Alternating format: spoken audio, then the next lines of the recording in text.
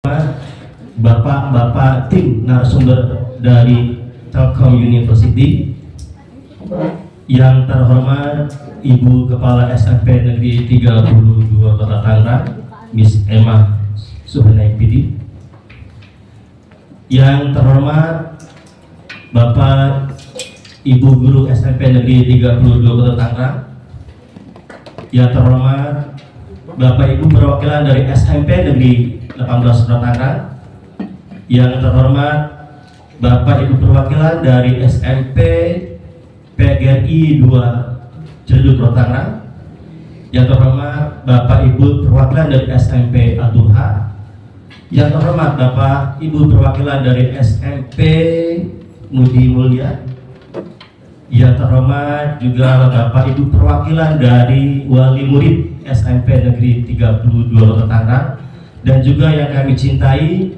membanggakan perwakilan dari siswa dan siswi SMP Negeri 32 Kota Tangerang. Jadi usaha kita pada kali ini sangat luar biasa lengkap, tidak hanya diwakili oleh guru dari beberapa sekolah penggerak, tapi juga diwakili oleh wali murid dan juga siswa. Pertama, marilah kita panjatkan puji dan syukur kita kepada Allah Subhanahu wa Ta'ala bahwa hari ini kita senantiasa diberikan kesehatan, nikmat iman dan Islam, sehingga dapat menghadiri kegiatan workshop kita pada kali ini terkait dengan pemanfaatan cyber security dalam pencegahan perilaku bullying di sekolah. Salawat dan salam juga senantiasa kita curahkan kepada Ibu Muhammad SAW beserta keluarga dan sahabatnya, mudah-mudahan kita semua nanti mendapat syafaat dan dia yaumil qiyamah. Bapak sekalian, siapnya bahwa kegiatan workshop kita hari ini kita sudah bisa mulai pada pukul 8, tetapi karena satu dan lain hal ada sedikit keterlambatan 1 jam. Oleh karenanya barangkali kita tidak memperpanjang waktu. Mohon izin untuk barangkali menyampaikan usulan acara kita pada hari ini, yaitu pertama adalah pembukaan, yang kedua adalah menyanyikan lagu Indonesia Raya, yang ketiga adalah sambutan dari Ibu Kepala SMP Negeri 32 Kota Tangerang, dan yang keempat adalah sambutan dari fasilitas sekolah penggerak, yaitu Bapak Muhammad Ihsan PhD, dan terakhir penutup. Juga seharusnya kita pada hari ini akan dihadiri oleh Bapak Kadis kita tercinta, itu Bapak Haji Jamulil MPD. Baik, untuk mempersingkat waktu dan lancarnya acara hari ini, marilah sama-sama kegiatan workshop kita pada hari ini kita mulai dengan ucapan basmalah. Bismillahirrahmanirrahim. Selanjutnya marilah kita nyanyikan bersama lagu Indonesia Raya. Kepada diri semua mohon agar berdiri. Indonesia tanah airku, tanah tumpah darahku, di sanalah aku berdiri jadi pandu hidupku. Indonesia kebangsaanku, bangsa dan tanah airku, marilah kita berseru, Indonesia bersatu. Hiduplah tanahku, hiduplah negeriku, bangsaku, rakyatku semuanya. Bangunlah jiwanya, bangunlah badannya untuk Indonesia Raya. Indonesia Raya, merdeka, merdeka, tanahku, negeriku yang kucinta. Indonesia Raya, merdeka, merdeka, hiduplah Indonesia Raya. Indonesia Raya, merdeka, merdeka, tanahku, negeriku yang kucinta. Indonesia Raya, merdeka, merdeka, hiduplah Indonesia Raya. Kebetulan objeknya adalah SMP 32 mengajak teman-temannya yang lain, sekolah-sekolah tetangga dan sekolah di bawah binaan Pak Ihsan. Temanya ini bagus sekali untuk kita sebagai guru, orang tua yang memiliki anak, dan tentu saja anak-anak supaya bisa memagari dirinya dari berbagai hal yang negatif yang berada di dunia cyber. Cyber security untuk mencegah perilaku bullying. Itu adalah bullying ini hampir dibahas dan diangkat oleh berbagai kementerian, berbagai instansi yang ada di Indonesia. Hampir semua kementerian membahas isu bullying ini karena sebagaimana kita tahu ya, itu banyak sekali beredar berita entah di berbagai media sosial tentang bullying yang terjadi dengan berbagai sebab. Nah, di antaranya adalah dunia cyber juga bisa membuat kita terbully ya dengan berbagai caranya. Nah, nanti kita akan belajar dari bapak-bapak ahlinya dari Telkom University, kita harus bagaimana sebagai guru, sebagai orang tua, dan sebagai siswa. Itu barangkali yang bisa saya tangkap dari kegiatan kita pagi ini. Mohon maaf karena keterlambatan acara, sedia pukul 8 namun kita mulai pukul 9 karena tamu kita jauh dari Bandung, jadi menyesuaikan dengan waktu dan kesediaan mereka. Baik, pembukaannya nanti Bapak Ibu saya mohon ketika Pak Kadis datang kita akan buka kembali nih karena beliau yang akan membuka acara ini dengan resmi. Sekali lagi saya ucapkan selamat datang di SMP 32 untuk para tamu undangan, selamat melakukan workshop. Mudah-mudahan materi kegiatan kita pada pagi hari ini sampai dengan nanti siang bermanfaat buat kita semua, memberikan nilai positif untuk kita sesuai dengan jabatan kita, entah orang tua, entah sebagai guru ataupun sebagai siswa. Terima kasih, itu saja barangkali dari saya. Oh ya, saya juga mengucapkan terima kasih untuk para narasumber yang telah jauh-jauh datang ke SMP 32 menggunakan travel pagi-pagi. Pukul 9 sudah nyampe. Ya, Bandung sekarang dekat ya. Dekat ya tuh. 5 jam ke sini, 4 jam ya barusan. Dari pukul 5 nyampe sini pukul 9. Ya, oke. Baik, itu saja barangkali dari saya. Terima kasih atas perhatiannya. Wassalamualaikum warahmatullahi wabarakatuh. Terima kasih kepada Ibu Kepala Sekolah, Miss Emma Sudaryadi sudah berikan sambutan dan juga sekaligus membuka acara kita dengan resmi pada hari ini. Kepada Bapak kami persilakan.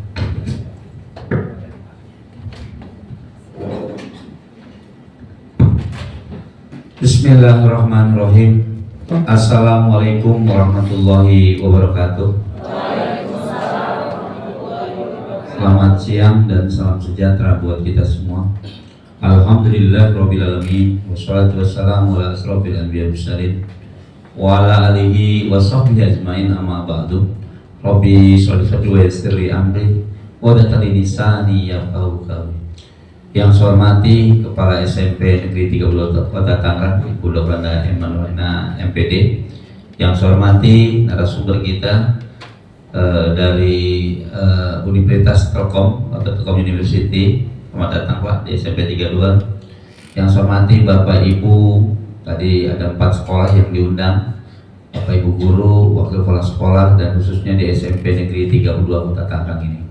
Marilah sama-sama kita panjatkan puji syukur kepada Allah Subhanahu wa taala yang telah memberikan rahmat dan hidayahnya kepada kita semua. Alhamdulillah saya bisa hadir ya, karena tadi harusnya pagi hari, kebetulan tadi ada acara di Puspeng ya, terkait dengan aplikasi P5 tadi ya. Kebetulan Pak Wali Kota yang membuka, maka saya harus hadir di sana.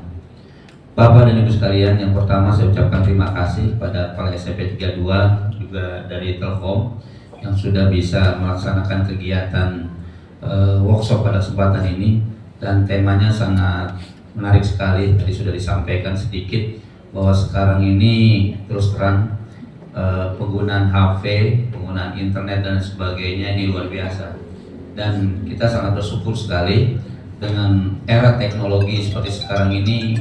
Kota Tangerang ini sangat support sekali, apalagi di Kota Tangerang ini sudah sampai ratusan aplikasi yang sudah kita sediakan untuk masyarakat Kota Tangerang. Kalau lihat dari temanya sekarang ini pemanfaatan cyber security ya. Jadi mungkin tadi disinggung sama kepala sekolah bahwa kita tidak tahu, kadang-kadang kita sering main Facebook, main apa gitu, IG ya, terus TikTok. Nah itu ternyata juga mengaruh pada data pribadi kita. Nah mungkin nanti atau tadi sudah sebagian bahwa kita diberikanlah pemahaman memberikan pengetahuan tentang bagaimana data-data kita diambil atau data-data kita yang sebetulnya kita harus privasi buat diri kita, ternyata orang lain dapat memilikinya, termasuk juga tabungan-tabungan dan lain sebagainya. Bapak dan Ibu sekalian, bahwa workshop pada hari ini sangat bermanfaat buat Bapak Ibu semua dan kita semua khususnya di SMP 32, karena kebetulan program tahun 2023 di Dinas Pendidikan ini ada 2. Untuk SD itu kita penguatan bahasa Inggris. Maka saya pada tahun ini tuh menguatkan bahasa Inggris di tingkat jenjang SD. Jadi anak-anak SD mulai kelas 1 itu saya perintahkan untuk menghafal kosakata setiap hari itu 10 kosakata. Kalau sebulan berarti kurang lebih 280, setahun bisa 2.800 sampai 3.000 kosakata. Jadi kalau anak kelas 1, kelas 2 sudah menghafal kosakata dengan dia paham segala macam, maka kelas 3 saja anak-anak kita sudah mahir bahasa Inggris tuh. Dan diharapkan sampai dengan kelas 6 sudah memahami bahasa Inggris, bahkan mungkin bisa mengartikan bahasa Inggris ke dalam bahasa Indonesia atau sebaliknya. Ini yang kita harapkan. Sehingga penguatannya ada di SMP. Kalau anak-anak SMP, anak SD ke SMP sudah mahir bahasa Inggris, tinggal di SMP-nya, tinggal nanti di perguruan tingginya. Karena kita dari sekarang harus menyiapkan sumber daya manusia di tahun 2045, Indonesia Emas. Karena kalau sekarang kita tidak siapkan sumber daya manusia dari sekarang, ini mungkin kita ketinggalan dengan yang lainnya. Pak Wali kadang-kadang berdiskusi dengan saya. Ini kota Tangerang ini dulu adalah kota industri. Di tahun sebelum 98, kota Tangerang itu sampai 5.000 perusahaan. Tapi pada posisi sekarang, di tahun sekarang 2023 ini 2.000 juga kurang mungkin industri yang ada di kota Tangerang. Jadi dulu disebut dengan kota industri, sekarang berubah nih. Ya. Dan kenapa disiapkan sumber daya manusianya? Pendapatan daerah kita mungkin akan kalah dengan kiri kanan kita, kabupaten, Tangsel dan sebagainya. Misalnya Kabupaten Tangerang itu sekarang di ujung utara sana itu akan dibangun PIK sampai koridor sampai 8, PIK 8. Jadi kalau sampai 8 berarti logikanya pendapatan daerahnya Kabupaten Tangerang itu di 5 tahun yang akan datang luar biasa. Sekarang saja sudah 7 triliun. Sudah 7 triliun. Kita sekarang posisinya 5 triliun. Kalau dia sudah nanti sampai di PIK 8, mungkin pajaknya pasti akan luar biasa. Sedangkan kita nih, pajak di sekarang di Kota Tangerang luar biasa. Dulu di daerah Poris itu paling NJOP-nya cuma Rp600.000. Sekarang sudah 1,7 sampai 2 juta lebih. Artinya pajaknya sudah maksimal diterima oleh pemerintah daerah. Nah, lalu sektor yang lainnya sudah dimaksimalkan. Kabupaten sebelah sana, sebelah selatannya sudah luar biasa, Ayon dan sebagainya. Makanya pengembangannya untuk di luar Kota Tangerang ini luar biasa. Sedangkan Kota Tangerang sendiri punyanya cuma bandara saja tuh, Soekarno-Hatta. Kalau ini tidak dimaksimalkan sumber daya manusianya, ya mungkin kita ketinggalan. Dan PAD kita akan tetap stagnan. Bahkan kita di tahun 2004 saja sampai minus 200 miliar. Kemarin saya mengadakan FGD yang difasilitasi oleh USAID. Kepala-kepala SMK diundang, Bapeda diundang dari provinsi segala macam. Kita dengar pendapat di dalamnya. SMK 6 yang notabene dekat bandara yang adalah SMK penerbangan, itu kan seharusnya anak-anak lulusan SMK 6 itu harusnya diterima di bandara. Tapi kenyataannya mereka informasi penerimaan karyawan pegawainya nggak tahu. Ini ironis loh. Dekat bandara, lalu jurusannya adalah kaitan penerbangan, tapi nggak pernah kerja di bandara. Tapi terbalik dengan SMK 7 yang ada di sebelah sana, di sebelah barat Kota Tangerang, Bayur. Nah, beliau bisa mengadakan kerjasama sama Oppo. Nah, diundanglah anak-anak lulusan SMK 7 supaya mengikuti tes, karena ada kerjasama, bahkan dibuka lowongan kerja sampai 300 orang. Diundang melalui WA Group segala macam. Itu dari 300 peluang untuk dunia kerja, yang datang cuma 30.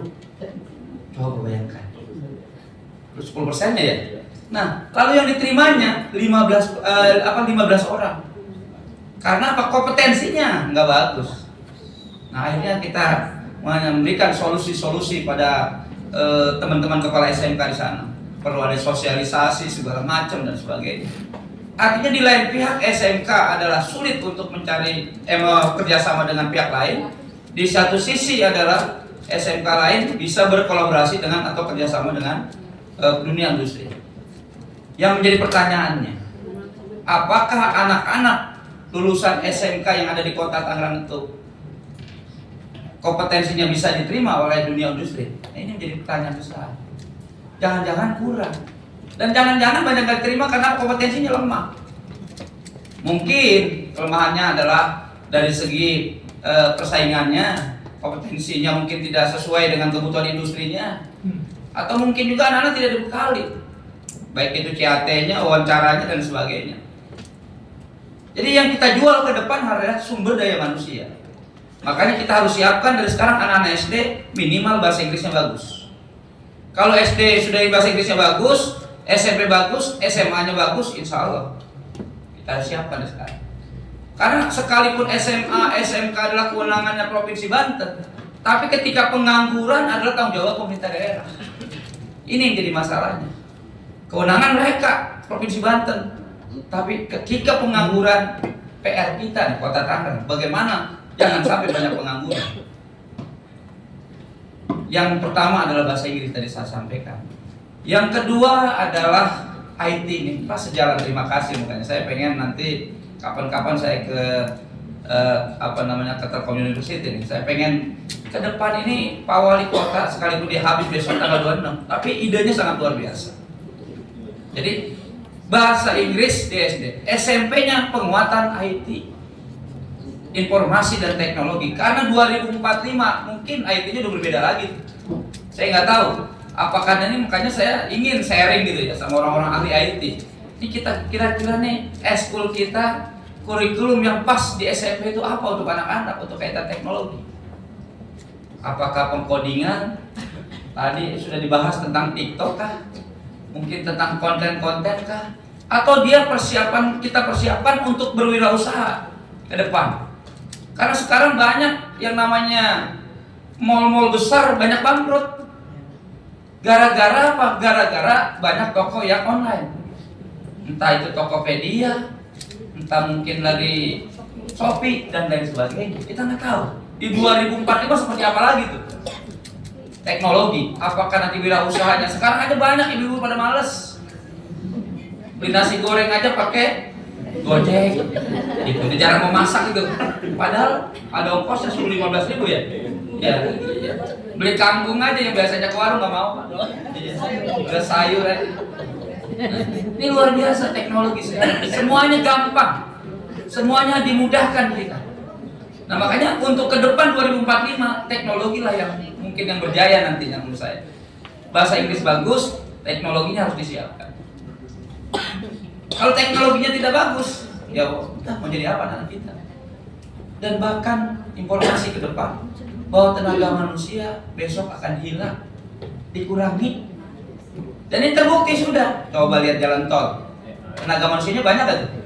Sudah mulai hilang, pakai kartu aja tuh ditempelin. Parkir di mal-mal juga gak ada yang nungguin sekarang. Iya. Ya sekarang udah seperti itu kondisinya. Dagang aja kita cukup di rumah, nggak perlu buka toko-toko. Iya. Nah, apakah nanti ke depan yang kita siapkan wirausaha buat anak-anak kita? Bagaimana caranya? Nah, ini mungkin salah satunya. Membuka cakrawala ke depan adalah mungkin misalnya marketingnya, terus lagi mungkin dalam pemotoannya supaya menarik seperti apa. Mungkin salah satunya dengan IT. Nah, dengan kemasan-kemasan IT mungkin luar biasa. Nah, sehingga kalau IT-nya sudah bagus, bahasa Inggrisnya bagus, IT-nya bagus, mudah-mudahan nanti kita sudah siapkan di tahun 2045. Ini minimal itu aja dulu. Ya. Karena kalau kita tidak siapkan, sumber daya manusia kita lemah. Ya. Dan mungkin hanya menjadi tenaga kasar saja. Tamatan SMA, SMK, apalagi dia sekarang apa aja nih, Bapak Ibu? Tuh kita dulu itu kita bangga dengan punya anak yang namanya jurusan insinyur, teknik sipil, ya kan? Sekarang Bapak Ibu dengan era teknologi, teknik sipil udah kurang laku. Bapak Ibu bikin rumah, buka Google tuh. Punya tanah 100 meter, ada 2 kamar, Ini sebenarnya bisa nggak kita lihat Google tanpa insinyur? Gampang, tinggal buka tuh. Oh, bentuk kamarnya ini seperti apa, fondasinya ada semua. Nah, insinyur ya mungkin hanya pendesainnya aja melalui teknologi. Sampai begitu Bapak Ibu. Jangan-jangan nanti tenaga guru juga diganti nanti mungkin. Nah, iya. Jadi yang ngajarin sekarang kesebagian dengan media dengan video pembelajaran. Ya jadi luar biasa tuh. Ini sekarang daerahnya luar biasa. Maaf nih, saya bukan ngajarin nggak bener. Kita bikin tesis, bikin skripsi. Ini ada yang namanya aplikasi yang baru tuh. Saya bulan kemarin ada teman, coba saya buka Google. Ada apa? Jadi kita tinggal mengeluarkan kalimat pengembangan kalimat sedikit aja, cuma 2 kalimat, 3 kalimat, keluarin berapa puluh paragraf itu. Berarti dan itu tidak menjadi plagiator kita ya. Tidak menjadi plagiator itu. Itu sekarang itu luar biasa. Pikiran kita ini udah kalah sama teknologi sekarang. Dulu kita ngetik taktok, sekarang udah begitu canggih. Artinya teknologi penting waktu sekali. Nah, makanya dengan kegiatan sekarang ini saya terima kasih. Sehingga membuka cakrawala bagi SMP 32 dan teman-teman yang diundang ini, bagaimana ke depan ini memajukan anak-anak kita. Dan tapi ingat juga, yang namanya teknologi itu manfaatnya banyak, mudaratnya juga banyak Pak. Manfaatnya banyak sekali. Kita mau tadi saya contohkan, misalnya kita mau buka secara global tentang dunia pendidikan, tinggal buka aja Google. Kita lihat dengan situasi dunia sekarang, kita buka aja Google. Manfaatnya banyak sekali. Dan dulu waktu saya jadi guru mungkin di tahun 80-90-an, itu kita mungkin ngajar karena kita mungkin lupa materi. Itu ada anak yang bertanya, itu kadang anak yang bertanya, kita lupa jawabannya, kita lemparin Bapak Ibu. Anak-anak, ini pertanyaan kamu bagus sekali. Maka karena ini pertanyaan bagus, saya sampai kepada siapa yang bisa jawab. 1, 2, 3, gak ada yang bisa jawab. Karena pertanyaan kamu ini bagus sekali, Bapak PN aja. Padahal tidak bisa jawab tuh. Itu dulu terjadi Bapak Ibu. Kalau sekarang jangan-jangan anak-anak kita ini udah tahu jawabannya lihat Google. Dia tanya lagi sama gurunya. Kalau gurunya nggak bisa jawab, apa kata tuh anak? Ini bisa terjadi. Iya, ya kan? Nah ini akan terjadi. Saya khawatir seperti itu. Makanya Bapak Ibu harus sering-sering buka internet. Jangan ketinggalan dengan anak murid. Jangan-jangan tuh anaknya pintaran kita. Ada pintaran anaknya. Ini yang menjadi, dan sampaikan Bapak Ibu manfaatnya kepada anak kita.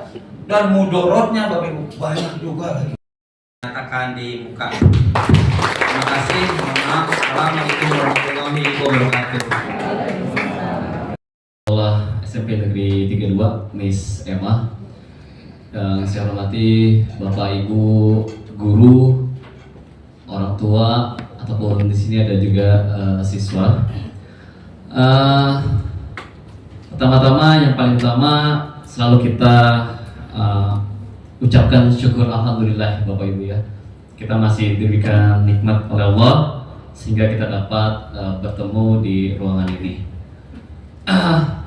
Senang rasanya saya ke SMP Negeri 32 lagi.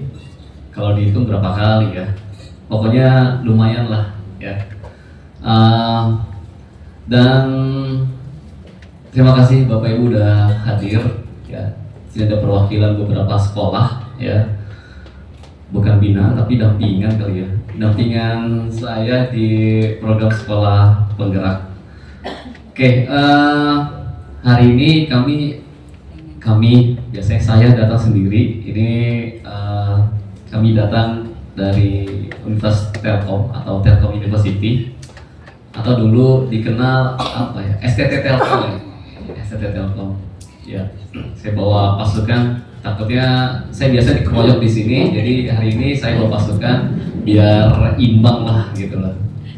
Oke, pasukan kami datang dari Bandung. Mohon maaf ya Bapak Ibu terlambat ya. Tidak disengaja sebenarnya sih, tapi emang perjalanan yang lumayan jauh gitu ya. Tentang Bandung, padahal dekat ya. Bandung sekarang berapa menit ya? Bisa 20 menit ya Bapak Ibu?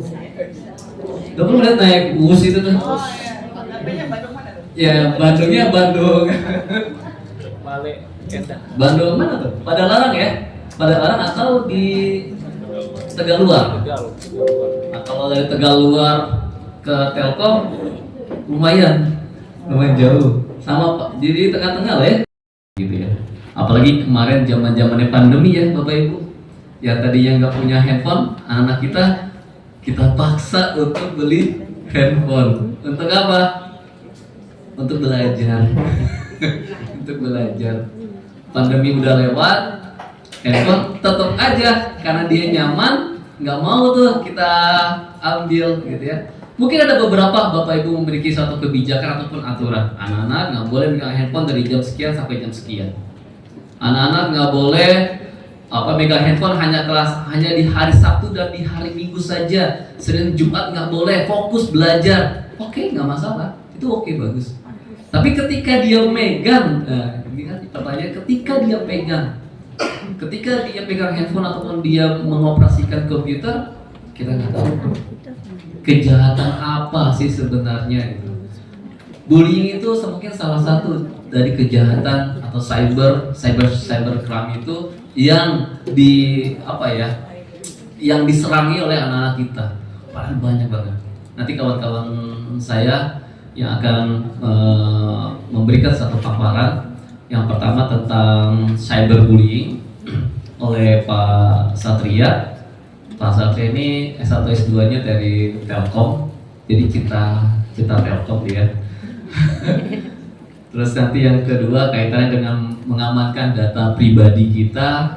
Nanti ini ada Pak Faris, sama juga S1 S2-nya juga dari STT Telkom. Cuma dia S3-nya ngikutin zaman sekarang, jadi lanjut ke Korea gitu ya. Nanti coba aja pakai bahasa Korea, bisa apa enggak dia. Oke, yang terakhir nanti tips and trick ya. Tips and trick kaitannya dengan mencegah cyberbullying oleh Pak Febri. Nah, ini menyimpang dia S1-nya Telkom, cuma S2-nya nggak cinta Telkom. Dia cintanya sama ITB, jadi dia lanjut ke ITB. Tapi dosen Telkom. Balik lagi ya. Ya, orang Bandung ternyata nggak bisa move on ya. Bandung lagi. Oke, mungkin itu pengantar dari saya. Nanti selanjutnya untuk pengisian materi saya akan jadi moderatornya. Oke, itu saja dari saya. Terima kasih. Assalamualaikum warahmatullahi wabarakatuh. Waalaikumsalam. Kalau Bapak Ibu sekarang kan kita ketemu itu di physical space atau ruang fisik, kita ketemu langsung ya, ada jarak gitu ya. Kalau cyber, apakah ada jaraknya? Setahu saya langsung ya gitu ya. Nah ini gitu ya yang jadi pembeda nanti. Kalau biasa bullying itu orangnya bisa kelihatan gitu, bisa kontak fisik. Kalau yang cyber nanti agak beda gitu ya. Nah nanti saya akan fokuskan ke ranah cyberbullyingnya. Jadi kalau yang bullying mungkin sudah banyak yang mengulas gitu ya atau membahasnya. Nanti saya akan membahas di cyberbullyingnya saja. Oke. Nah ini juga bisa dilakukan oleh siapa saja cyberbullying ya. Tidak hanya orang-orang yang kita kenal gitu ya atau kita ketemu tiap harinya gitu ya. Tapi bisa orang yang sama sekali tidak kita kenal gitu. Dan mungkin kita juga tidak sadar melakukannya juga. Nah itu yang jadi masalah ya. Cyberbullying itu kadang kita sendiri nggak sadar melakukan bullying di internet gitu. Nah ini secara definisi ya kecil banget, mungkin yang belakang nggak kelihatan. Kalau di sini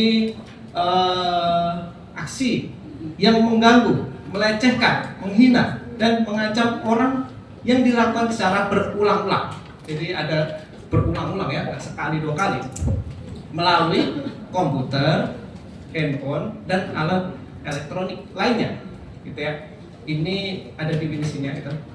Termasuk juga di media sosial, jadi nggak cuma media sosial, tapi di platform chatting juga, WhatsApp gitu ya, Telegram, Instagram chatnya juga, maupun game online. Nah adik-adik, nah ini sering ya kayaknya ya kalau main game hati-hati.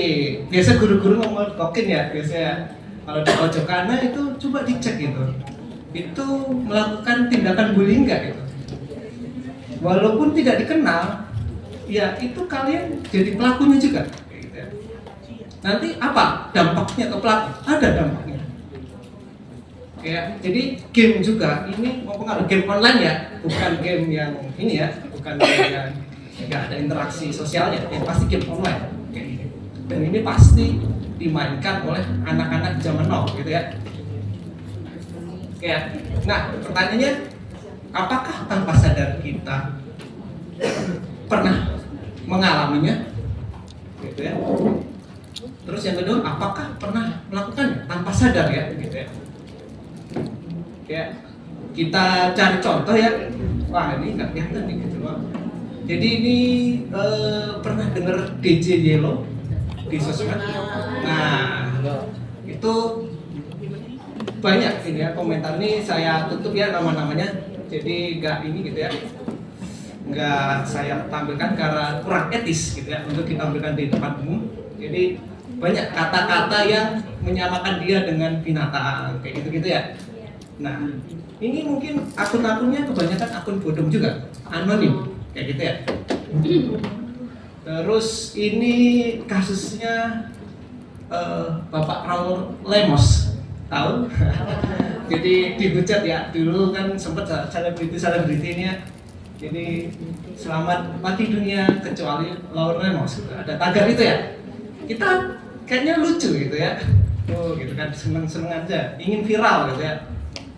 Nah tapi bagaimana perasaan pelakunya? Nah itu yang jadi masalah kan, kita kalau lelucon, bikin lelucon gitu adik-adik gitu juga, kita apakah mau dibegitukan juga? Pertanyaan kan gitu kalau lelucon ya. Jadi mungkin kita dalam hati, wih lucu-lucuan aja nih kita cari meme juga ya, meme gitu ya, buat lucu-lucuan gitu ya. Tapi pertanyaannya, yang jadi objek apakah ikut senang, ikut tertawa, atau malah nanti sebaliknya kayak gitu. Ini simple ya, dan sangat banyak. Nah contoh lain yaitu kita menyebarkan kebohongan, jadi menyebarkan fitnah lah ya kalau dibilang, memposting memalukan seseorang di media sosial. Jadi ini ranahnya sampai nggak hanya menyebarkan berita palsu, tapi sampai memalukan seseorang atau mengirim pesan ancaman juga. Ini juga termasuk bullying, melakukan intimidasi ya. Oke.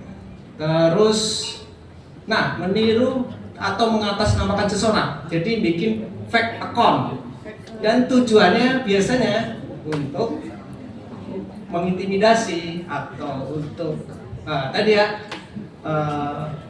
membuli. Terus ada istilah trolling. Ada yang pernah dengar istilah trolling? Troll, gitu ya. Ngirim pesan, gitu ya. Kadang mengancam, kadang menjengkelkan di jejaring sosial atau di grup-grup, gitu ya. Fungsinya apa? Ya dia ingin tadi membuat onar aja gitu ya, menjengkelkan orang gitu ya. Jadi ada istilah trolling.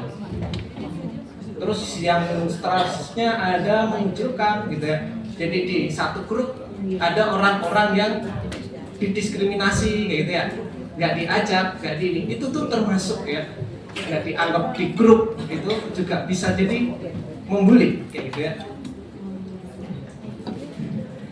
Oke, ini ada membuat situs atau grup yang berisikan kebencian.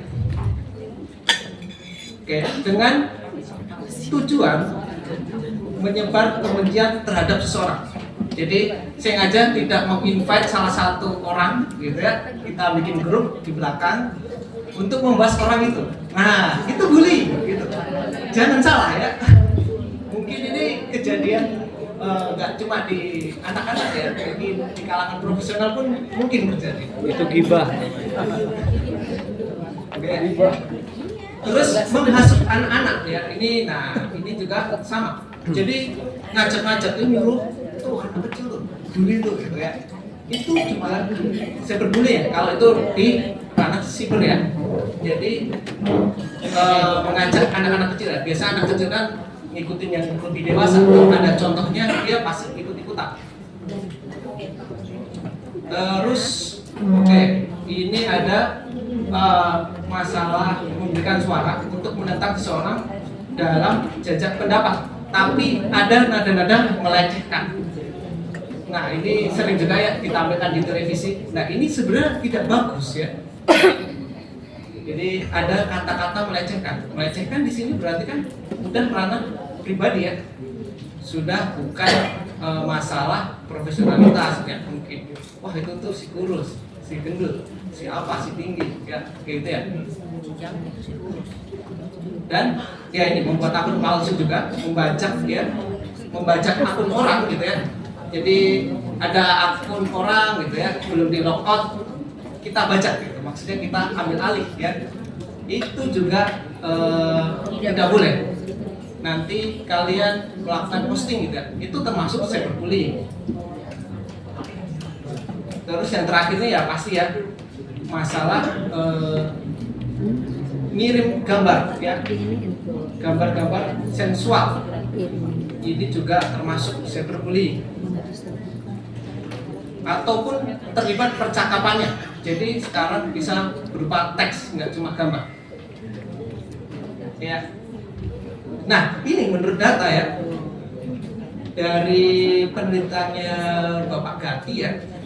Oke, ini di tahun 2015, mungkin agak lama ya, saya nggak menemukan lagi.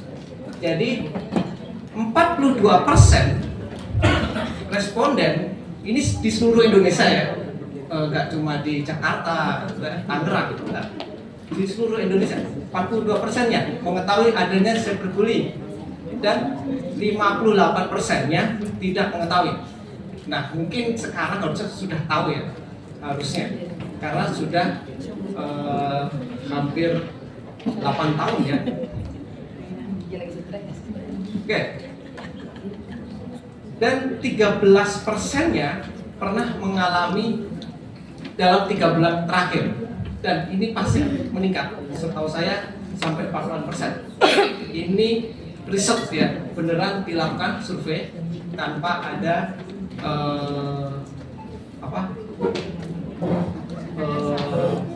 ya tidak ada ini ya maksud tertentu lah ya, intinya seperti itu. Ini data dari Kominfo tahun 2020 dikeluarkannya. Nah, sedangkan ini ada data yang sangat menggelitik saya dari Digital Civility Index atau keberadaban digital, indeks keberadaban digital. Ini kalau di zoom ya, ini nggak kelihatan ya. Indonesia tuh ada di paling bawah, warna merah ini. Dari seluruh Asia Tenggara. Berarti ini menandakan apa, Bapak Ibu? Kita tidak beradab.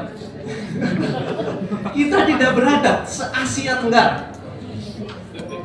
Jadi keberadaban kita di dunia internet ya. Mungkin kalau kita sekarang kita di dunia fisik itu kan kita ramah gitu ya, baik hati gitu ya. Ini gitu ya. Tapi di internet ternyata kita galak, ganas, sadis gitu ya. Ini ya. Jadi di sini dituliskan jadi 47% pernah terlibat bullying. Penggunanya ada 200 juta, 100 jutanya pernah gitu ya, hampir 100 juta ya. Bayangkan gitu, berapa banyak gitu ya. Maka dari itu kan kita kalau bilang netizen ya, biasanya kalau ada K-popers kita takut kan gitu ya. Biasanya karena takut diserang netizen kan gitu ya. Karena memang sangat banyak yang melakukan bullying sampai bisa menutup akun gitu ya. Biasanya kan digerakkan oleh orang tertentu ya. Ini ya. Dan 19%-nya pernah jadi target. Gitu ya. 19% itu banyak. Kalau 200 juta ya kalikan saja ya 19% ya. Oke. Nah, secara gen generasi gen millennials yang paling banyak melakukan bullying ya, yang terlibat bullying ya, sekitar 54%. Mungkin Gen Z-nya masih dikit ya. Kalau anak sekarang Gen Z bukan ya? 2010 ya, masih ya, kelahiran 2010 ya. Nah ini juga sudah banyak, 47% itu banyak gitu ya. Jadi hampir separuh murid Bapak Ibu terlibat bullying sebenarnya ya. Ini data 2021 ya. Jadi masih hangat gitu ya datanya. Kalau yang tadi datanya lama banget. Jadi ini tingkat keberadaban kita itu sangat rendah. Nah ini jadi PR bagi Bapak Ibu guru ya, gimana mendidik anak murid ya agar bisa beradab. Ini salah satu indikatornya bullying.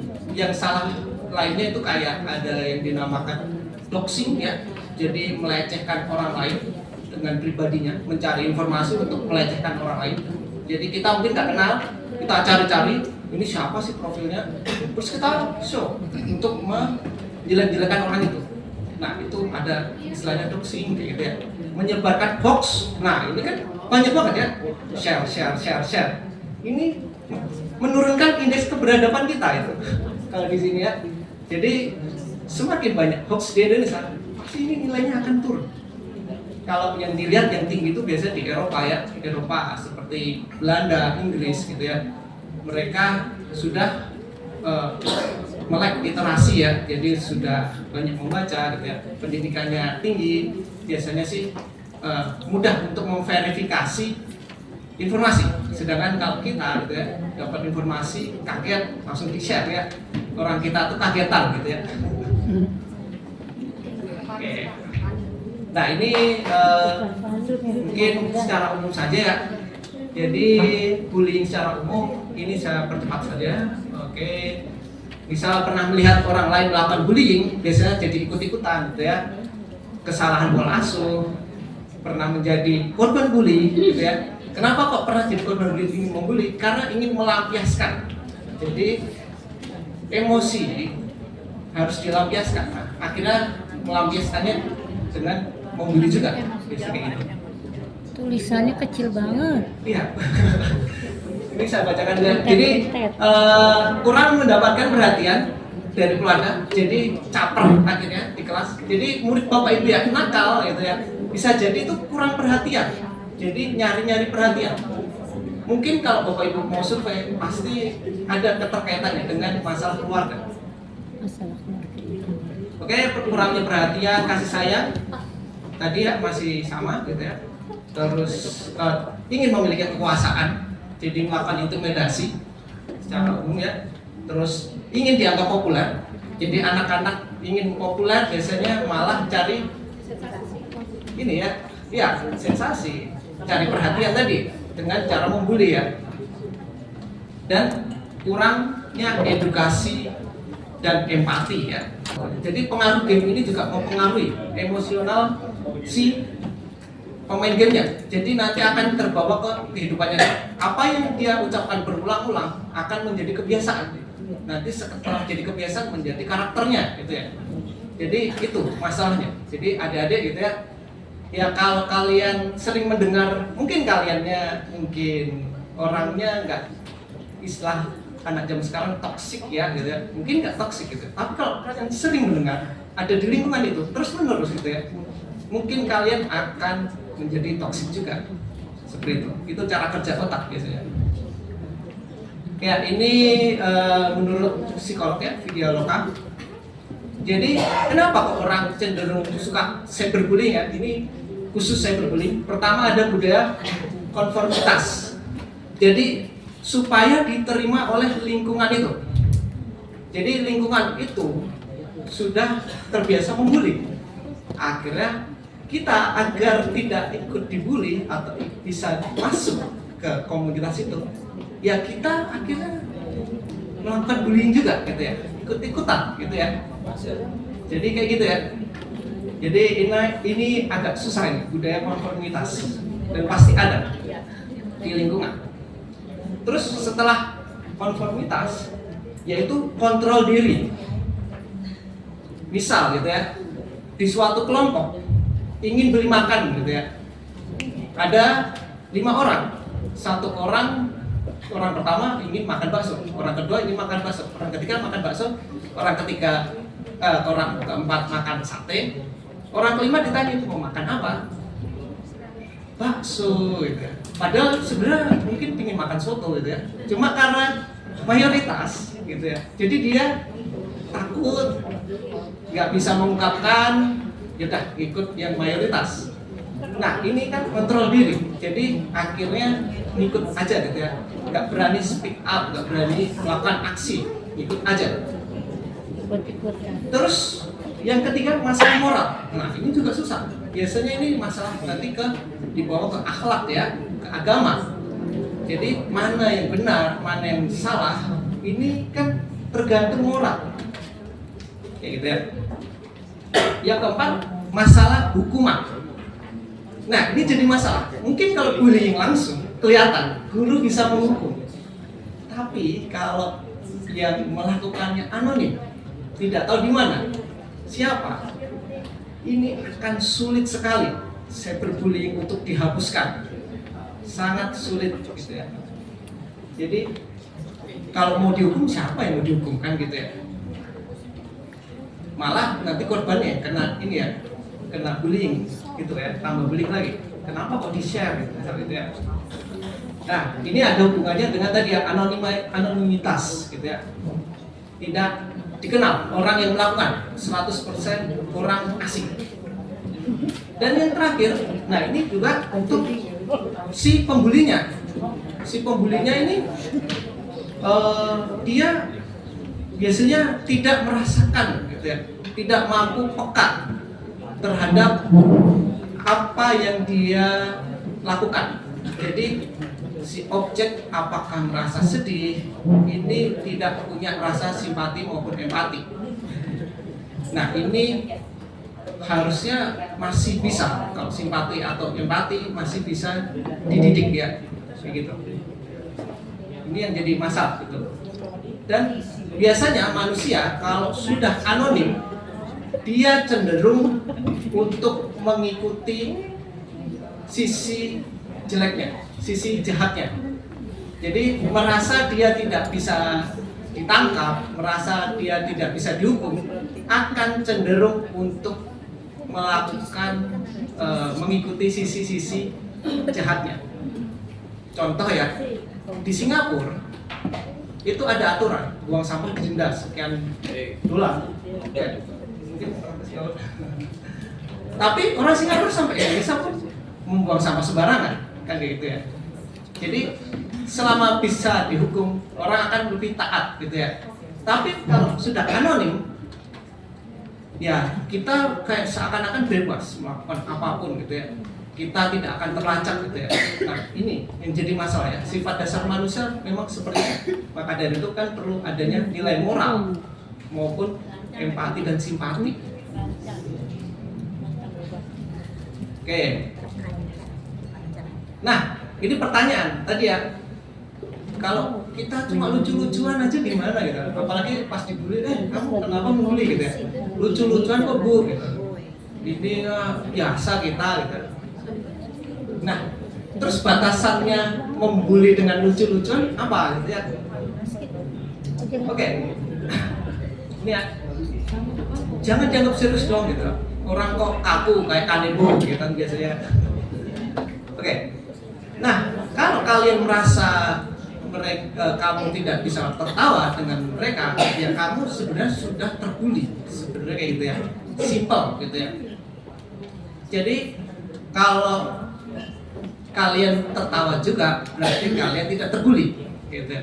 Itu tidak masalah. Yang jadi masalah kalau kalian tidak bisa tertawa, kalian malah merasa sedih, gitu ya, merasa dilecehkan, nah itu sudah masuknya pembulian dan kalian harus bilang gitu ya kalau tidak mau. Nah kalau itu masih dilanjutkan lagi, itu sudah pasti membuli gitu ya, karena kita sudah meminta. Jadi kita sudah tegas minta untuk berhenti, tapi berulang-ulang kali gitu ya. Jadi tadi ya definisinya berulang-ulang ya. Bully itu pasti berulang-ulang, nggak sekali gitu ya. Itu leluconnya sudah nggak lucu, itu sudah membuli gitu. Oke, dampaknya ya. Nah, secara psikologis ada secara sosial maupun secara kehidupan di sekolah. Kalau secara psikologis ya, pertama depresi pasti ya, karena jadi emosinya tidak stabil. Terus gelisah, cemas, kadang sampai ingin menyakiti diri sendiri. Ini dampak psikologis ya. Bahkan sampai percobaan ya, bunuh diri. Untuk sosial biasanya dia menarik dari kehidupan sosial, ciri-cirinya ya. Terus kadang dia jadi lebih agresif juga. Yang biasanya orangnya tenang jadi agresif. Dan kalau di sekolah mungkin dari prestasi akademiknya tiba-tiba turun gitu ya. Dan mungkin ada perilaku-perilaku yang tiba-tiba anaknya jadi bermasalah. Oke. Nah, kalau bagi pelaku apa yang bermasalah? Ini. Jadi wataknya akan berubah juga karena dia kebiasaan membuli ya. Jadi impulsif gitu ya. Terus mudah ingin mendominasi, nggak mau ngalah gitu ya. Kurang berempati. Dan yang pasti nggak mau ya, ada orang yang berteman dengan orang kayak gini ya, pasti. Oke. Dan bagi yang menyaksikan gitu ya, jadi yang melihat bullyingnya gitu ya, misalnya gitu ya dia kadang berasumsi gitu ya, dia harus melakukan hal yang sama untuk diterima tadi ya. Jadi tadi konformitas tadi ya, masuk lagi ke konformitas. Oke. Nah, untuk mencegahnya ternyata ya sulit gitu ya, tadi ya seperti saya bilang sebelumnya, sulit, nggak bisa. Cyberbullying ya, bukan bullyingnya. Cyberbullyingnya itu susah karena tadi anonim. Orang diblokir akunnya, bikin akun tuh segampang apa sih gitu ya, sesulit apa sih gitu ya untuk membuat fake account gitu ya. Saya yakin anak-anak SD sekarang sudah punya sosmed, padahal kan nggak boleh. Secara aturan sosial media, akhirnya apa? Dinaikkan umurnya ya. Gimana mau verifikasinya si platformnya? Nggak bisa. Apakah memasukkan KTP kan enggak? Oke. Terus ya kita tidak bisa mengontrol perilaku orang lain. Yang bisa kita kontrol yaitu diri kita sendiri ya. Jadi gimana untuk biar tidak bullyable ya, atau tidak bisa dibully ya, setidaknya mengurangi risiko untuk kena cyberbullying. Pertama ya itu menjaga informasi pribadi.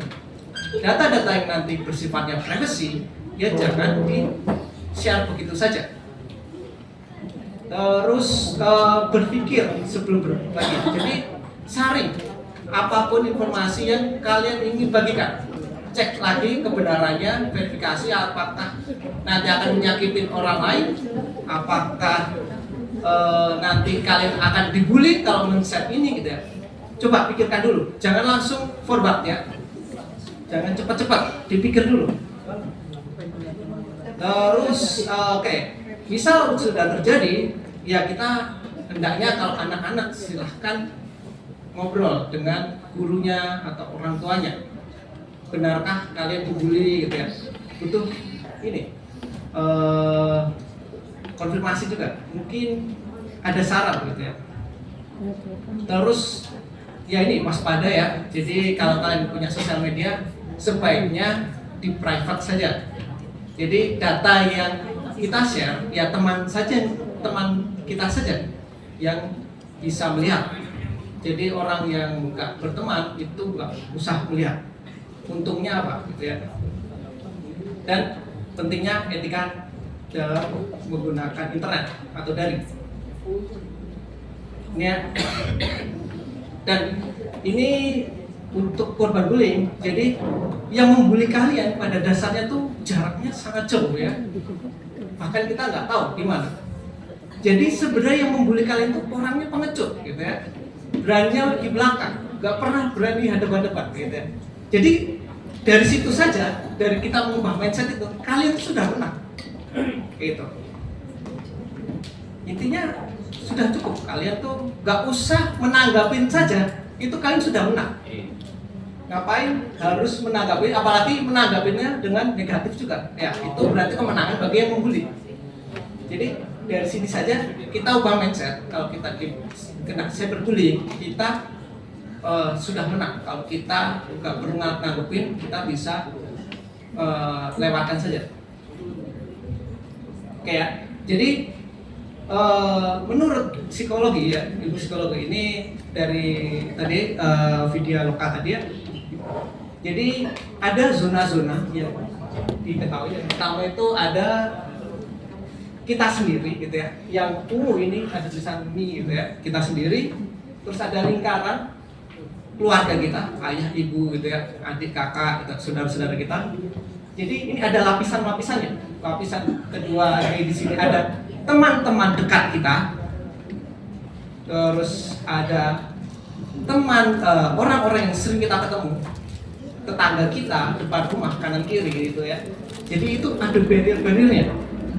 Dan yang ke 1, 2, 3, 4, 5 ini adalah siapa?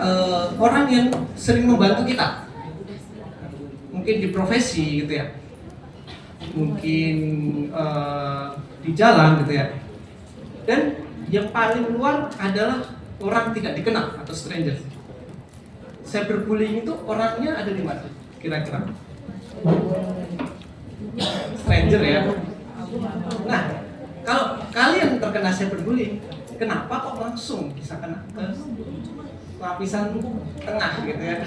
Lapisan inti. Padahal kalau secara definisi kan kita itu ada beberapa lapis gitu ya.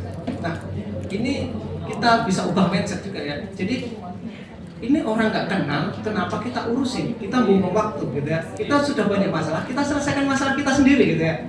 Jadi ini completely stranger, nggak tahu. Kita pun menyenangkan dia, ya kita juga nggak bakal untung gitu ya. Kayak gitu ya. Jadi gitu aja. Jadi kalau ketemu orang yang membuli kalian, cyberbullying ya di sosial media yang anonim gitu ya, nggak tahu orangnya siapa itu, ya ini termasuknya stranger gitu ya. Kecuali memang yang membuli ketahuan identitasnya, itu bullying ketimbang cyberbullying sebenarnya. Ini yang masalah anonimitas. Ya, nah ibaratnya ini, kalian itu adalah rumah, gitu ya. Kita setiap hari membersihkan rumah ya, biasanya ya, mungkin yang sudah bapak ibu dulu gitu ya. Terus kita akan membuang sampah pada tempatnya, dan dibersihkan pasti dibuang ya ke tempatnya. Nah, itu juga kalian lakukan hal yang sama untuk tubuh kalian, fisik ya, pikiran gitu ya, maupun perasaan, jadi emosionalnya juga. Jadi itu adalah rumah kalian. Kalian harus jaga, kalian harus bersihkan tiap hari dan buang sampah pada tempatnya. Intinya seperti itu. Kan yang tidak aman. Jadi cyberbullying itu masuk ke tindakan tidak aman. Kalian bisa laporkan, nanti bisa diblokir akun orang tersebut. Tapi kalau anonim tadi ya susah, makanya sulit. Tapi kalau dia bukan anonim, ya bisa. Terus ada sikap tegas ya kalau dibully ya. Kalau bulinya tidak anonim bisa ya, kita minta stop. Atau kalian bisa bertindak lebih lanjut lagi gitu ya dengan melaporkan. Dan paling gampang ya hapus saja gitu ya, diblokir, selesai gitu ya. Terus jangan lupa tadi jaga privasi, balik lagi biar tidak mudah dibully. Oke, dan bisa ada tadi pembulian yang ingin kalian laporkan, boleh kalian simpan ya. simpan saja buat barang bukti, karena mungkin bisa dihapus gitu ya, komentar gitu ya, chat gitu ya, atau gambar yang dikirim bisa dihapus. Mungkin kalian bisa simpan dahulu untuk dilaporkan. Mungkin itu saja materi dari saya. Kalau ini lebih spesifik yaitu data bukti. Nah, untuk perkenalan dulu, jadi ya saya Faris, panggil aja Faris, dosen Fakultas Informatika sama dengan pemateri yang lainnya. Untuk pendidikan saya S1 Telkom, S2 ITB, S3 di Korea. Oh ya, sebelum masuk kebetulan untuk disclaimer ya, jadi ada beberapa sebagian kecil materi ini diambil langsung dari slide seminar awareness UU PDP nomor 27 tahun 2020 yang dilaksanakan di Telkom. Jadi nah ini pematerinya Pak Yudis dengan Pak Rindi. Pak Yudis ini dosen Telkom juga, cuman memang beliau seringnya ada di Jakarta Smart City dan kebetulan beliau pakarnya dari UPDP, dan kebetulan waktu dulu seminar ini dilaksanakan, jadi memanggil semua beberapa dosen di Fakultas Informatika, salah satunya saya, untuk di training mengenai UPDP. Jadi saya salah satu pesertanya. Jadi sebagian kecil materinya ada yang dari slide itu. Walaupun sebenarnya materinya banyak banget, namanya juga undang-undang ya. Jadi saya pilih-pilih saja yang mungkin sifatnya lebih umum. Nah, jadi ini pendahuluan untuk UU PDP. Jadi intinya kenapa ada UU PDP itu, perlindungan data pribadi itu, jadi setiap orang berhak atas perlindungan diri pribadi, keluarga, dan yang lainnya. Khusus di sini ya data pribadi. Gitu. Nah, yang jadi perdebatan itu data pribadi itu apa sih? Karena sebelum ada UU ini ya macam-macam. Jadi akhirnya ya penyalahgunaan UU ITE itu, karena memang tidak ada definisinya. Kita membocorkan sesuatu gitu, orang bisa melaporkan kita karena membocorkan satu data, bisa juga biarkan, bisa juga ditangkap, bisa juga enggak, karena memang sebelumnya nggak ada definisinya data pribadi itu apa. Nah, dengan UU ini pasal 1, data pribadi itu adalah data tentang perorangan. Jadi masing-masing kita, baik tua atau muda, baik dosen, guru maupun siswa, bahkan bayi pun, yang teridentifikasi dan dapat diidentifikasi. Jadi dapat dikenal dan dapat terkenal, dapat juga dikenali. Nah, secara tersendiri atau kombinasi sendiri ini bisa data satu-satu, misalnya nama depan, atau kombinasi nama depan dan belakang, atau nama lengkap itu satu, nama lengkap dengan agama misalnya. Nah, itu juga data pribadi semuanya, baik secara langsung maupun tidak langsung. Langsung itu seperti nama, kalau tidak langsung misalnya anaknya si A, nah itu tidak langsung kan, itu pun data pribadi, baik secara elektronik maupun non elektronik. Elektronik di sini misalnya kita ngelihat data pribadi orang, misalnya dapat di Facebook misalnya, kebetulan orang tersebut nge-share atau ada orang yang nge-share, itu elektronik. Yang non elektronik misalnya ada yang, oh ini yang paling umum, ini perlu catatan juga, dia tukang gorengan kan pakai bungkus kertas tuh, suka ada kertas bekas harapan, anggaran yang paling parah kertas anggaran apa gitu, instansi apa ada gaji kayak gitu. Nah, itu salah satu data pribadi juga kan, tapi non elektronik gitu. Jadi kurang lebih seperti ini data pribadi. Nah, sekarang kalau dibahas lebih lanjut, ada yang sifatnya umum, ada yang spesifik. Umum itu seperti apa? Nama lengkap, jenis kelamin, kewarganegaraan, agama, status perkawinan, atau data yang dikombinasikan tadi itu. Nah, kalau spesifik ini yang lebih parah lagi, misalnya status kesehatan, riwayat kesehatan, misalnya selain nama lengkap ditambah pernah kena diabetes apa gitu, atau pernah kemoterapi.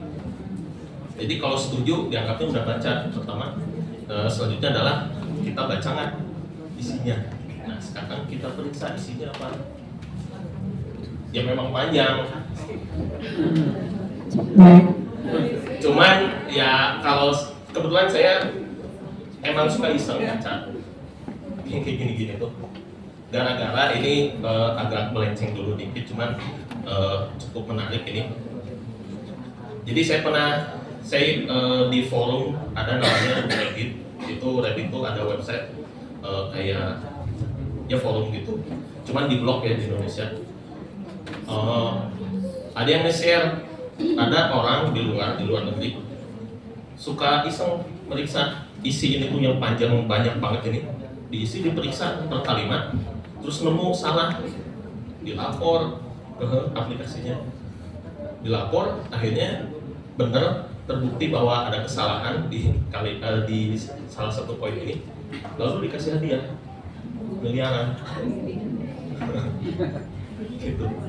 Ya memang ini kan panjang banget dan kita kalau nggak teliti walaupun ya terserah sih itu, makanya ini kan masalah konsen aja, mau atau enggak baca ini.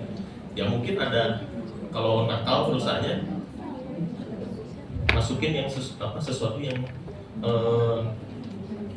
nggak harus dimasukin di sini misalnya, sedangkan pengguna nggak tahu. Nah di sini bisa ada ketentuan layanan, ada persetujuan atas ketentuan, terus ada kebijakan privasi. Nah yang menarik itu sebenarnya kebijakan privasi. Ini panjang, cuman saya rangkum ini. Jadi kebijakan privasi ini salah satunya adalah informasi apa aja sih, data pribadi apa aja sih yang dikumpulkan oleh TikTok. Jadi ada dua, informasi yang dimasukin, yang diinput oleh user kita misalnya ketika bikin akun, dan juga informasi yang otomatis. Jadi ketika kita punya akun, informasi yang otomatis itu ya otomatis aja diambil tanpa kita ketahui, tanpa kita setuju, gitu. Pertama yang user, ada profil, yaitu pertama nama, password, tanggal lahir, email, nomor telepon, foto dan video. Foto dan video kenapa? Ya memang TikTok kan isinya foto dengan video, misalnya video. Nah kalau kita ngomongin yang PDP tadi, ini data pribadi semua.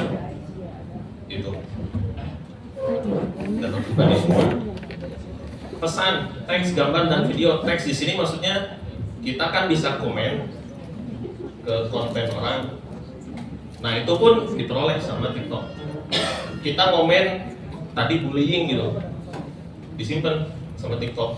Jadi misalnya ada kasus bullying yang parah banget misalnya, terus dibawa ke jalur hukum, nanti si penegak hukum akan ngontak ke TikTok untuk mencari barang bukti. Contohnya itu, contoh gampangnya.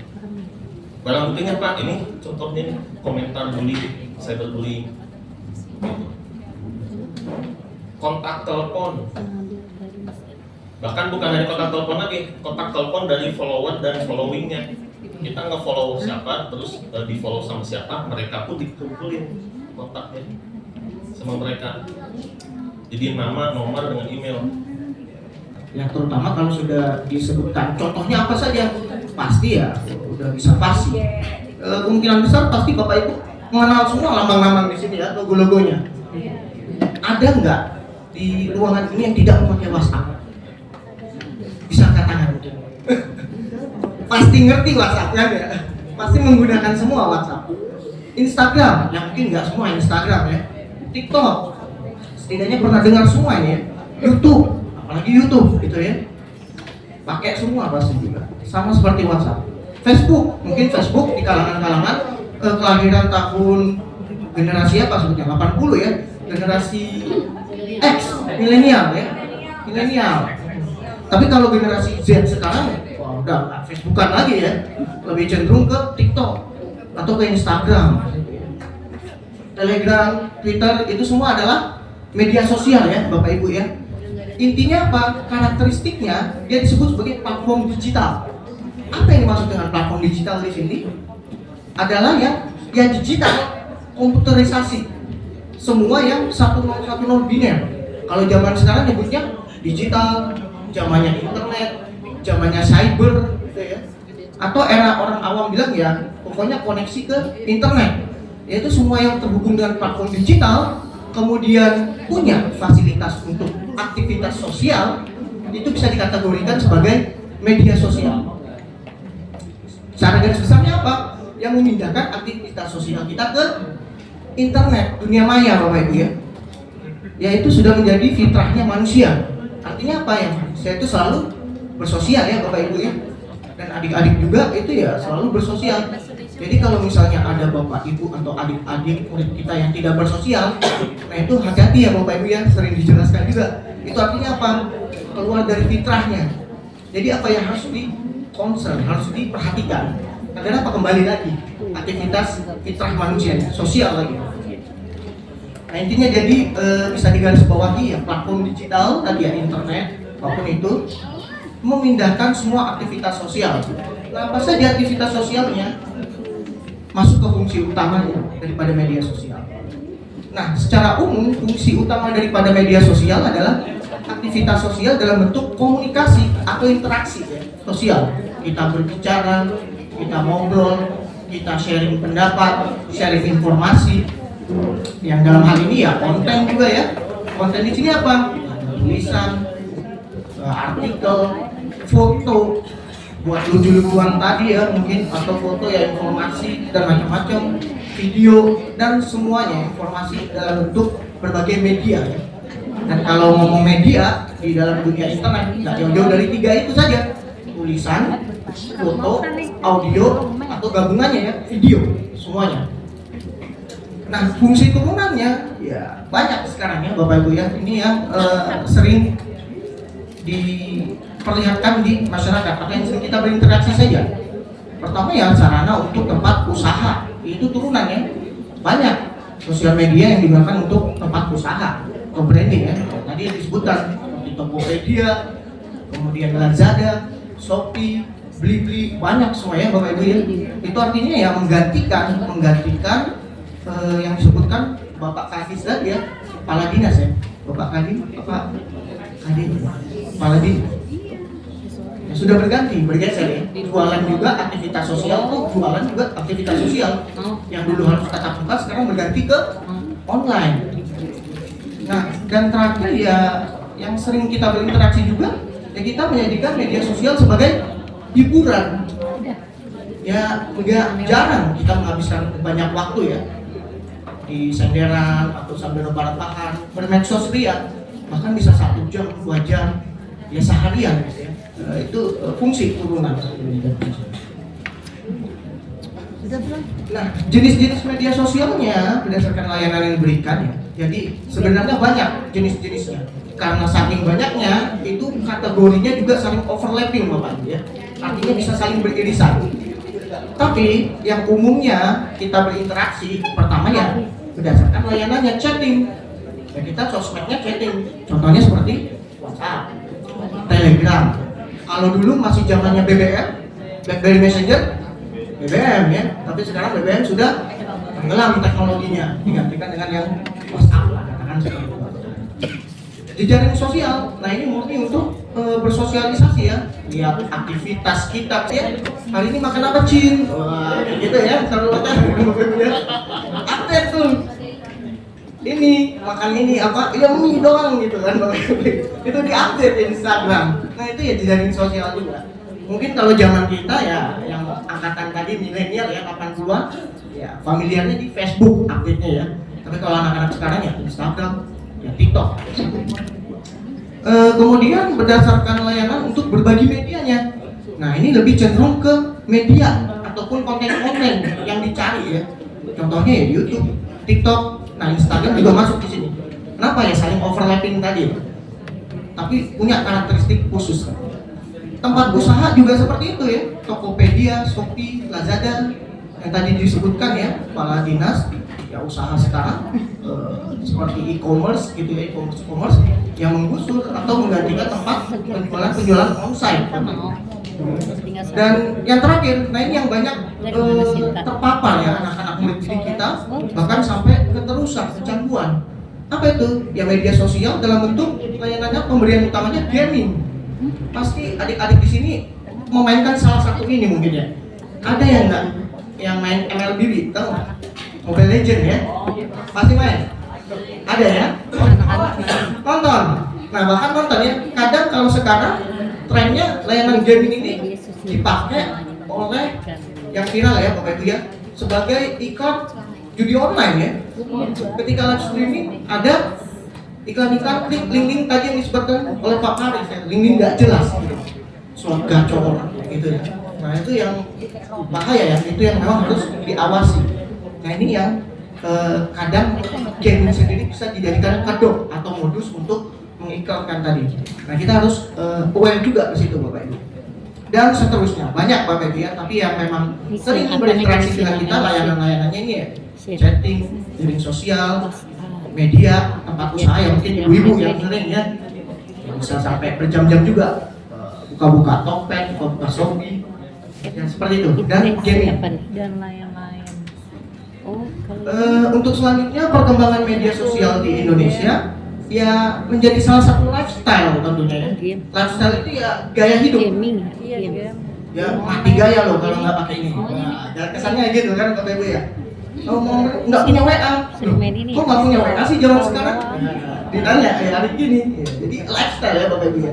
Memang nggak bisa dipisahkan. Masyarakat modern Indonesia sekarang ya tadi seperti yang disebutkan juga gaptek teknologi, cepat untuk mengadaptasi teknologi ya.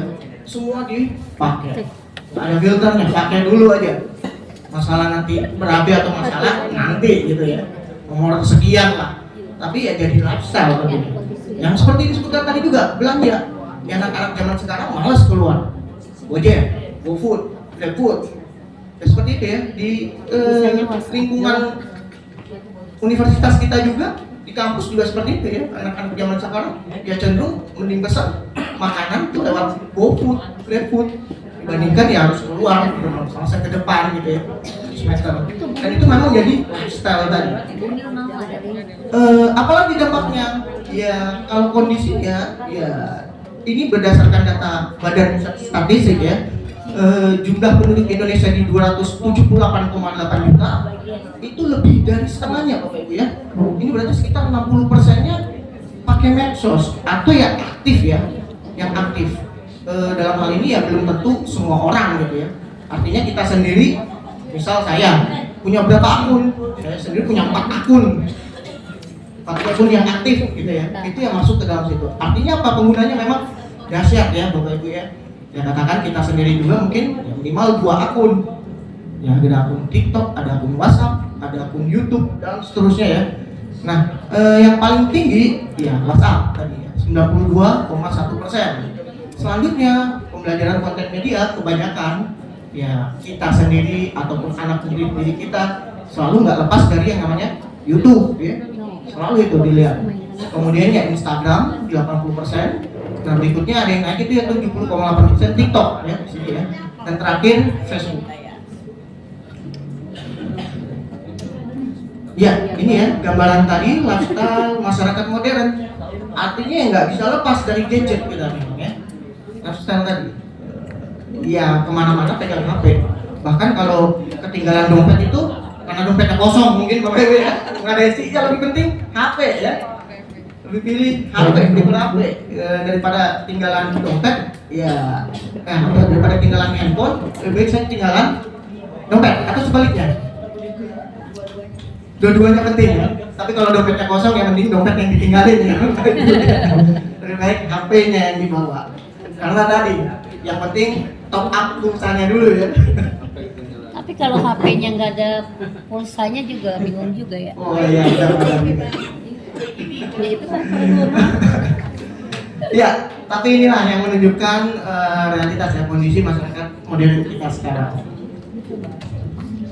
Ya, lanjut keuntungan dari penggunaan media sosial. Jadi ya sebelum membahas keuntungan dan kerugian yang perlu ditekankan, media sosial ini sama seperti yang disebutkan kata-kata orang bijak zaman dulu ya Bu ya. Seperti pedang bermata dua, atau ya dua sisi koin dan lain-lainnya. Artinya ya memang ada keuntungan yang kalau kita manfaatkan bisa jadi potensi yang sangat besar. Tapi kalau kita memakainya kebablasan ataupun ya takluk ya sama hal-hal yang negatif di dalam media sosial, tentunya akan menjebak kita ya, merugikan atau bahkan menurunkan potensi kita sendiri. Nah apa saja sebenarnya banyak Bapak Ibu ya Tapi yang saya pilih di sini adalah keuntungan khususnya di lingkungan masyarakat sekolah atau ekosistem persekolahan. Nah, contohnya ya komunikasi yang efektif dan efisien di ekosistem sekolah ya. Terkait dengan cyber security ya, untuk menghadapi apa ya mungkin keadaan sekarang, terutama anak-anak kita, kami sebagai kebanyakan sih orang tua ya Pak, ada nggak mungkin tip and trick nih dari tim-tim pakarnya terkait dengan aplikasi yang recommended, baik itu yang bisa kita install di gadget ataupun di PC, untuk khususnya mungkin untuk anak kita sendiri gitu, yang aman biar misalnya penggunaannya bisa terbatasi, hal apa aja nih yang bisa diakses oleh anak kita gitu. Mungkin itu aja Pak, makasih. Dari tadi kan sudah dijelaskan Banyak secara tadi. gamblang tentang cyber security dan cyberbullying yang Terfoto lagi. sudah dipaparkan oleh ketiga pemateri. Tapi ada satu pertanyaan di benak saya yang belum terjawab, yaitu bagaimana itu kan tadi kan pencegahannya ya Pak. Nah, pencegahannya itu semua sudah dijelaskan, tidak menerima pertemanan, lalu mencoba pengaturan. Nah, di sini yang ingin saya tanyakan ada pengaturannya. Salah satu, saya termasuk dari akun IG yang kena hack. Itu. Nah, itu sudah saya laporkan dan sudah dihapus juga oleh pihak IG-nya. Tapi saya belum pernah mendapatkan jawaban bagaimana cara kami sebagai pengguna media sosial untuk mengatur kenyamanan dan password kami agar tidak bisa dihack. Ada nggak tips dari Bapak bertiga ini untuk kami ketika membuat akun agar benar-benar akun kami itu safe, tidak bisa dibuka, tidak bisa dihack, tidak bisa dilacak gitu. Apakah dengan menggunakan sandi yang 30 karakter gitu? Kalau aplikasi sendiri Bapak Ibu ya, sebenarnya banyak sekarang di Google Play Store juga. Katakan misalnya kalau kita pengen yang meningkatkan keamanan ya, let's say Truecaller, udah pernah dengar Bu Bapak Ibu? Truecaller, Get Kontak, seperti itu ya. Itu adalah aplikasi-aplikasi yang bisa mengidentifikasi nomor-nomor tertentu apakah memang sebagai penipu gitu ya, penipu. Nah itu ya nggak perlu paspor, mau paspornya secanggih apapun, kalau smartphone-nya nggak di-lock tetap bocor juga. Karena apa? Karena kebiasaan security kita buruk. Nah bagaimana biar bisa kebiasaan security kita baik? Ya salah satunya tadi belajar terus-menerus Bapak Ibu ya. Kontrol. Nah, kita bisa men-set untuk umur-umur tertentu, misal 3 tahun ke atas, 7 tahun ke atas, 13 tahun ke atas, itu bisa kita atur. Jadi nanti itu ada di Play Store-nya ya, coba dicek gitu, parental control kalau enggak dicari di Google. Itu ada, cuma itu juga ada batasannya Bapak. Jadi salah satunya kalau si user tiba-tiba menambahkan akun atau mereset HP. Kadang kan anaknya itu kan tiba-tiba jadi canggih sendiri ya. Kalau dibatasin tuh bisa jadi tambah pintar gitu. Dia beradaptasi. Nah, ya walaupun kita pasang parental control, ya kita cek juga berkala ya. Jadi jangan di loss gitu ya.